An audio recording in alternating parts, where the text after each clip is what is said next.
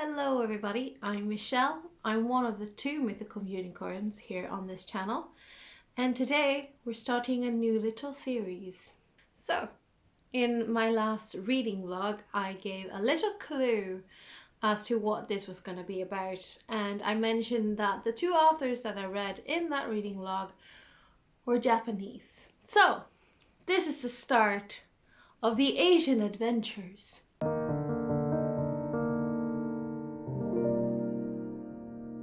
Well, at least it's the start of a series called that. Essentially, this is a little series that I'm doing because one of the things that I wanted to do this year was to essentially consume more Asian media. And when I say that, I mean books, I mean movies, and I mean TV shows.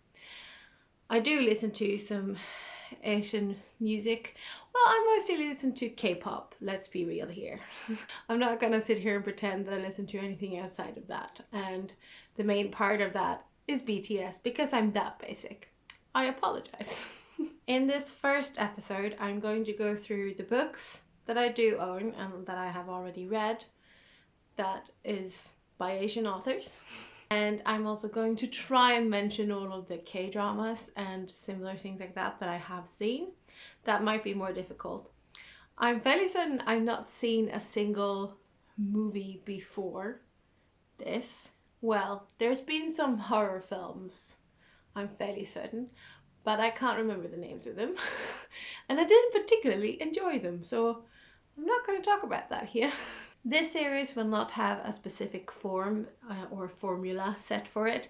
I might do some reading vlogs that'll be only Asian literature, where I maybe watch like some K-dramas and things like that, so that there won't be like repeats all the time. Because what is happening here in this first video is that some of the books that I've read this year within this category has been in some of the reading vlogs that I've already uploaded to YouTube. So to avoid that in the future, I'll do specific Asian literature reading vlogs. That is the plan, and we'll see how that goes.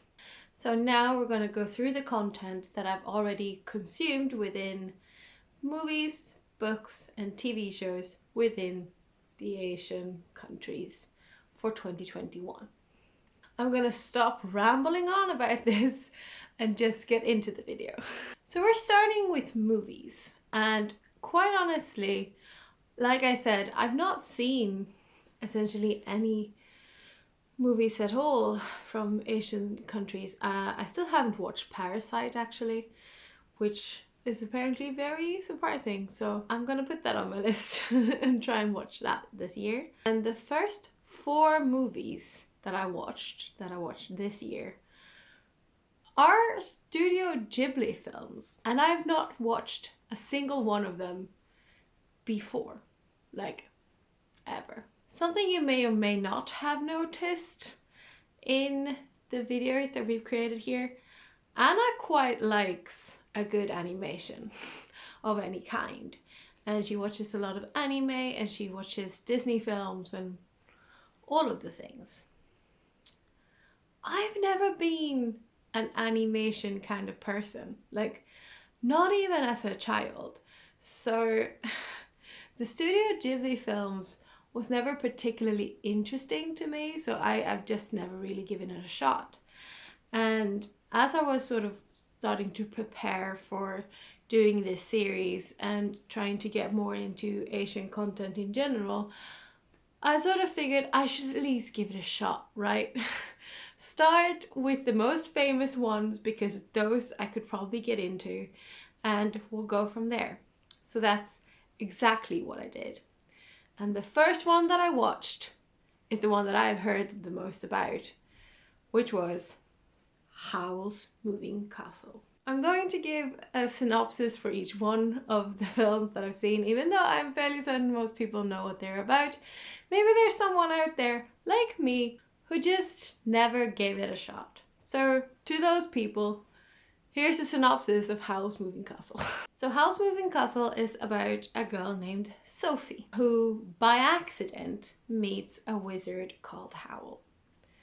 And after this chance meeting, she goes home to her hat shop and meets the Witch of the Waste, who then transforms her into a 90-year-old woman.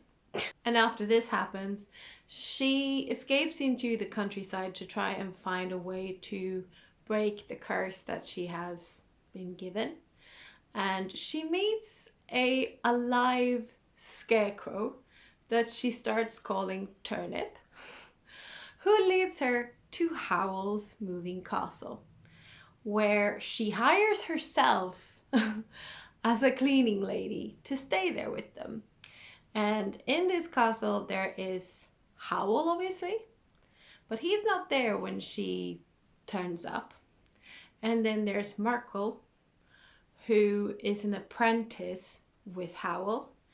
And then there's the fire demon called Calcifer. And the reason as to why Sophie stays in the castle is because she makes a deal with Calcifer, who's going to help her break her curse if she helps him get out of the castle. And that's the setup of Howl's Moving Castle. And quite honestly, this was so beyond what I thought it was going to be. And I absolutely loved this story. It kind of blew me away, actually. I wasn't expecting it at all. Because as I said, I've never been a huge fan of animation.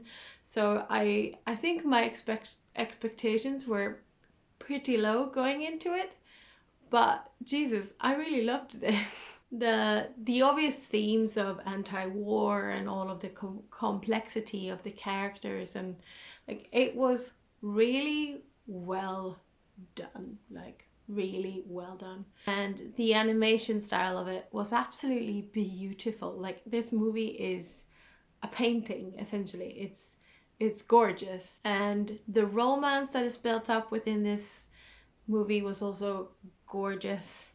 And one of my favorite scenes, which is probably a lot of people's favorite scene, is when Howl takes Sophie to the field, I guess, where he shows her his little like cottage. And it's like this beautiful, peaceful, gorgeous scene. And then this big warcraft just like interrupts the entire thing. Like, that disruption and that like destruction of peace is such like an obvious like obvious way of showing how war is such a destroyer of peace. Like, it's so beautifully done.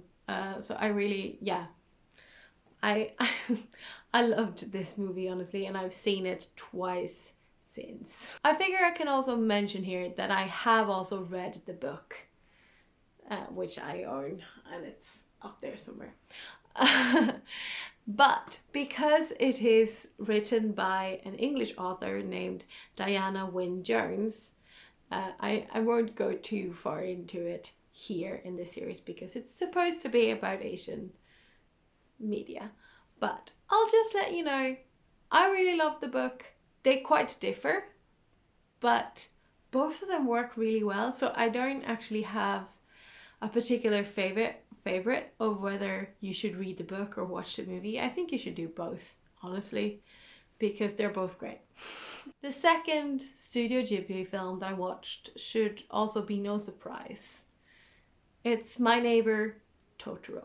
And the synopsis of this is that in 1958 in Japan, a professor and his two daughters, Satsuki and Mei, move into an old house because it's much closer to the hospital where the girl's mother is recovering from a long-term illness. And when they get there, there are these little like house spirits that looks like dust or something like that. And they are called Susuwatari. I'll put them here so you can see them. I think these are present in like a lot of the Studio Ghibli films, but correct me if I'm wrong about that. These little house spirits, disappears as the family gets more comfortable within the home and they leave to find another abandoned, lonely home to go into. And then one day, the smallest girl, called May,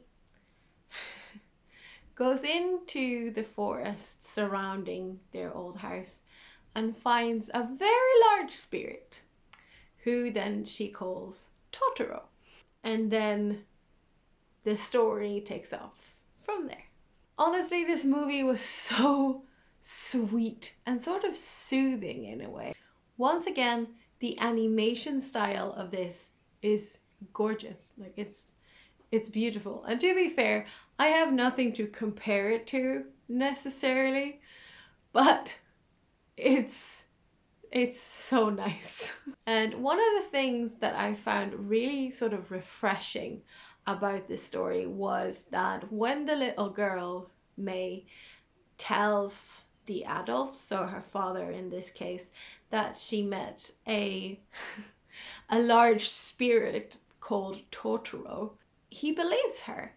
And there's no condescending like, I'm humoring you, I know that this isn't true, but as you are a child, I won't scold you for lying to me. There's none of that. It's like a complete acceptance of the fact that she met a spirit called Totoro and he will eventually show up again when he wants to. That's one of the things that I really loved about this story, was that their father was really like nice and encouraging and gentle with them and really sort of encouraged their imagination. I really appreciated that it didn't go with the child is not believed and then once everything is proved it's fine. It was just so nice that they were like, okay, he'll show up again, it'll be fine. I really love this too. Next up is Spirited Away. And the synopsis of this is that there's a 10-year-old girl called Chihiro, and she is traveling with her parents to their new home. And on the way there, her father stops at what seems to be an abandoned village. And they go in there to explore. And they find a restaurant stall that seems to be unattended, but there's loads of food. So her parents sit down and start eating and say that they will pay later on. And Chihiro is uninterested, so she decides to walk around and explore the rest of this abandoned village on her own. And she stumbles upon a old, beautiful bathhouse. And there she meets a boy called Haku, who tells her that she needs to leave and not be there when the sun goes down. However, when she gets back to her parents, she realized that they've been transformed into pigs and she can no longer leave the bathhouse. And the story goes on from there. Now, honestly, I have to admit, this is probably one of the weirdest films I've ever seen. It's very good though. Like, it's not a bad thing, but it's very strange and sort of difficult to follow because some of the sequences and some of the scenes don't always seem to connect. Sometimes it just seems like a random sequence of events sort of that we just go through, which is fine. Like, you don't necessarily need a linear plot line in that way. But I think it's just good to know that before you go into this, just be aware that it's quite a strange film. I guess it could be compared to something like Alice in Wonderland, which is also sort of disconnected and it's just sort of moving throughout these scenes where these weird things are happening all the time. As I was watching this film, I felt like one of the themes was probably consumerism, based on her parents turning into pigs while they were eating excessively. There's also the no-face ghost. I'm not entirely certain what he was, but I mean, that's probably the point. Who also just sort of started eating everything. I feel like it's probably like a nod to like over consumerism and things like that. And as I read up a little bit about it, because I wanted to understand the plot line of this a little bit more, I understood that this movie is sort of based off of folklore, which is really interesting. I love stuff like that. It's always great to sort of see reinventions of old things like that. So that's really cool. But yeah, I liked it. And the last one is no surprise either, because it's Kiki's Delivery Service.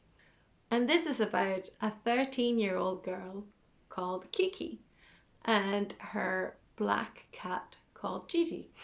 You're gonna have to excuse all of my pronunciations of all of these names. And Kiki is a witch in training. And as is tradition, she on her 13th birthday is leaving to find her own town where she can help out in some way. And she takes her broom and her black cat and she goes to a seaside town. And there she meets a woman who runs a bakery, who takes her in and lets her stay with her, and she sets up a delivery service. And from there on, hijinks. This story was so cute and hilarious. It's also kind of one of my weak spots. I love a good coming of age and finding like the whole like finding yourself and finding your own path. And what I loved about this was that there was a lot of talk about these different traditions that has to be followed. For instance, that Kiki has to be dressed entirely in black because that is how witches dress. But to put her own twist to it and show her own personality a little bit, Kiki wears a bright red bow, which is really cute. I like the ideas of like respecting tradition and respecting what has come before you, but putting your own spin on it. And yeah, I loved this story. It was really cute. And those were all the movies that I've seen so far. I think I'm going to continue on with the Studio Ghibli films because they're actually really good. What a big surprise. So this year I haven't actually watched any K-dramas or anything of the sort. So in this video we're just gonna go through the things that I can at the moment remember seeing. I've never been good at tracking this stuff, so there's quite a few, so I'm not gonna go through all the synopses of these, but I'm just gonna mention the ones that I can remember. So let's get into that. Guardian, the Great and Lonely God.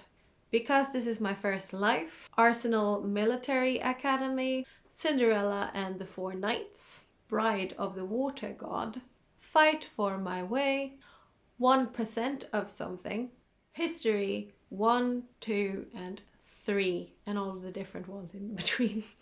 Murphy's Law of Love, Where Your Eyes Linger, Strong Woman Do Bong Soon, Go Squid, Love by Chance 1 and 2, Itaweon Class, One Spring Night, The King, Eternal Monarch, Weightlifting Fairy, Kim Bok Yo, Descendants of the Sun, and Romance is a Bonus Book.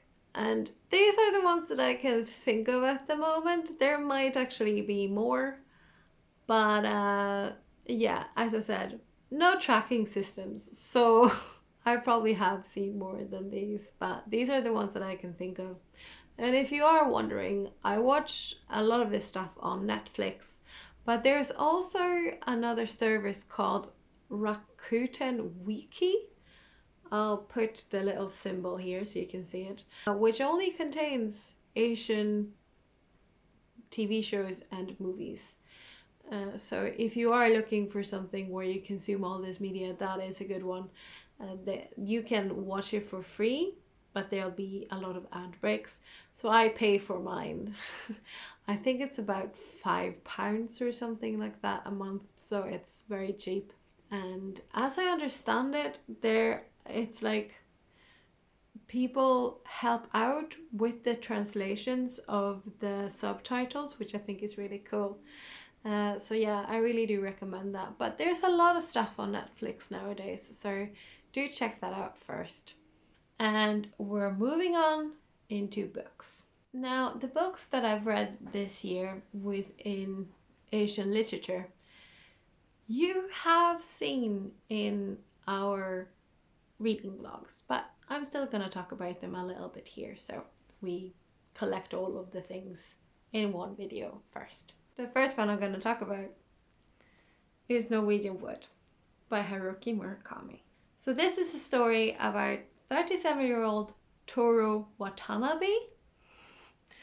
And as this story begins, he lands in Germany and hears the song Norwegian Wood by the Beatles, and is sort of overwhelmed with nostalgia and feelings of loss and old memories.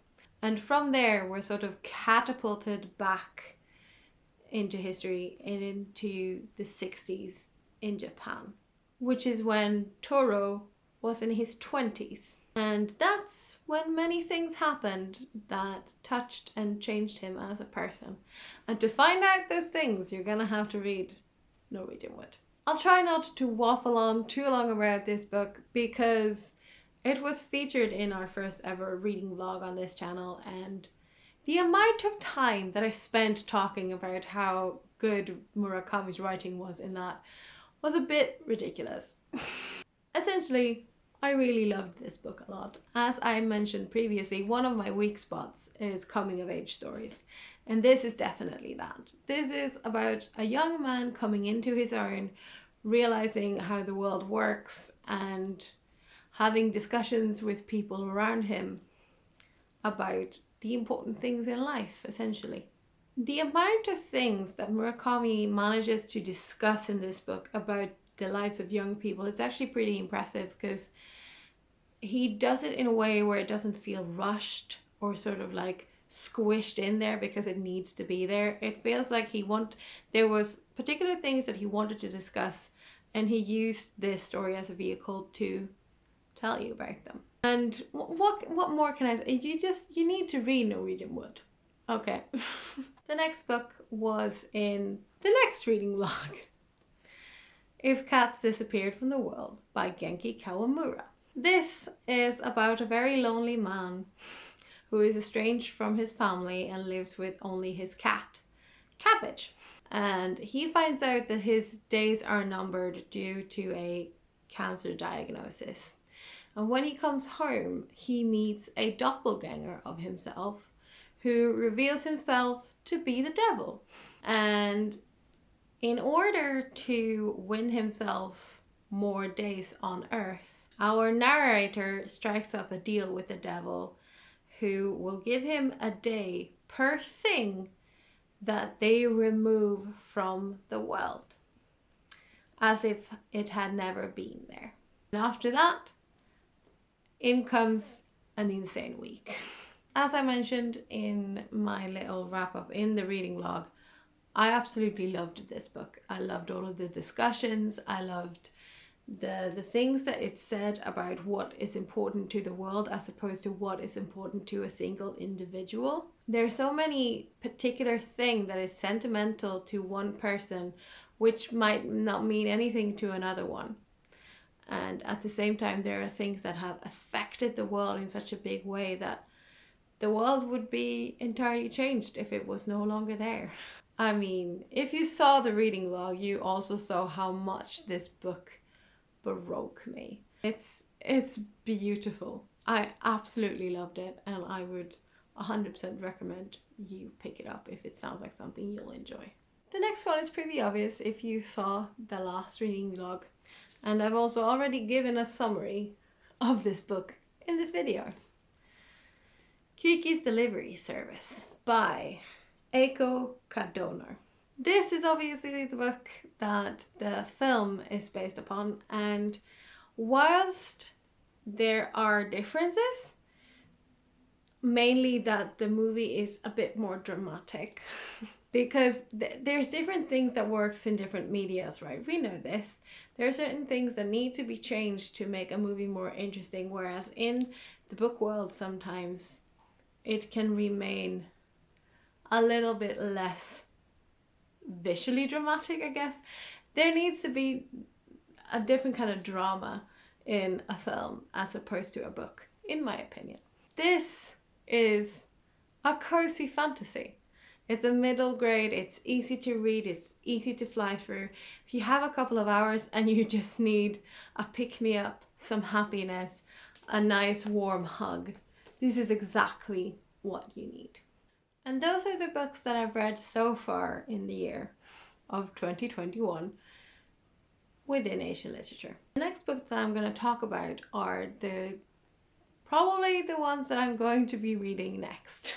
And one is Earthlings by Sayaka Murata, quite possibly.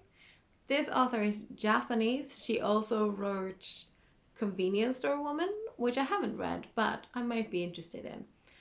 This story, now be aware, obviously the only things that I'll know about these books are what I've read on the internet.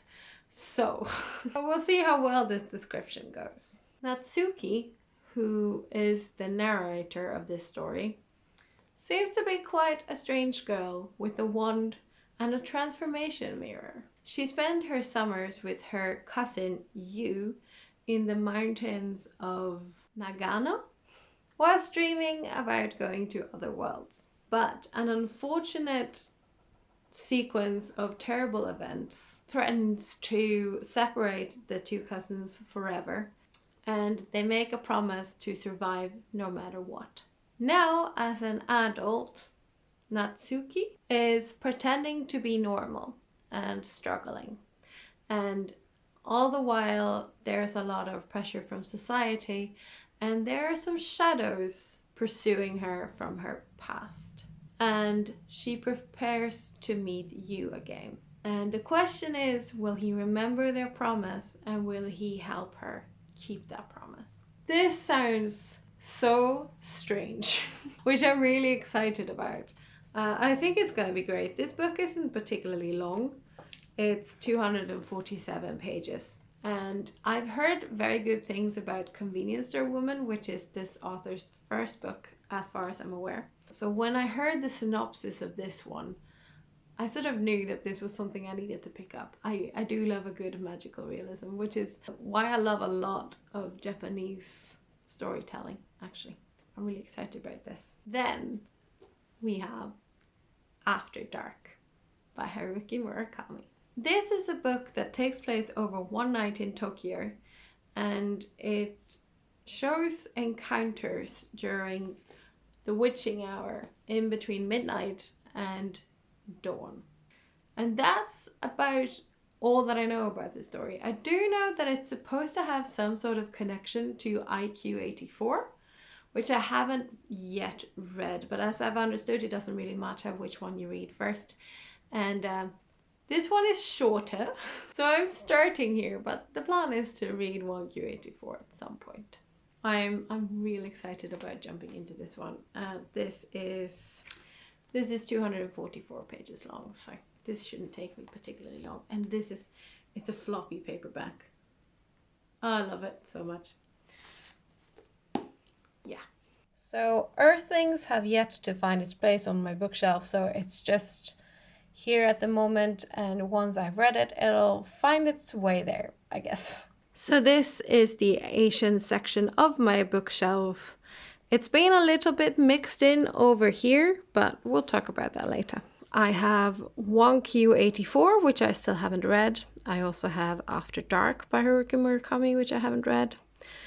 Norwegian Wood, Colorless Tsukuro Tasaki and His Years of Pilgrimage, as I read a couple of years ago.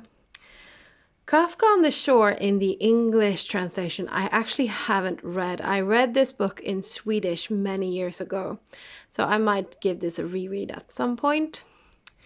Then there's what I talk about when I talk about running, and that is my Murakami books. Then we have 2 copies of Before the Coffee Gets Cold because a very good friend of mine sent this without knowing that I already have it. So now I have 2 copies, which is fine. And then we have Sweet Bean Paste by Dorian Tsukigawa, which I read last year and really loved. If All the Cats in the World Disappeared by Genki Kawamura. The Hen That Dreamt She Could Fly by Sung-mi Hwang is a South Korean author. And then we move over here to this little pile where there are 3 more books. So there's The Miracles of the Namaya General Store by Keigo Higashino. There's Almond by Won Pyong-sun, which was my favorite book of last year. And then down here we have Kiki's Delivery Service by Eiko Kadono, which I also really loved. So the unread pile on this section is actually pretty small. It's, well, 1Q84 is technically 3 books, but it's also 1 book depending on how you think of it. And then there's After Dark, and then there's Earthlings. So that is how that's looking at the moment. And that is all the things we're gonna go through today. This is kind of like a primer and a starter for this series. So the episodes are probably gonna get shorter after this because I'll only be discussing the things that I've read and seen most recently. This first episode is sort of like, this is the stuff that I read in 2021, and this is all the stuff that I've seen previous to that. So this episode is pretty long, but they're probably gonna get shorter from here on out. If you do have any recommendations within either of these, do let me know in the comments. I'm always looking for them, so please. Other than that, have a good day and we'll see you next time. Bye.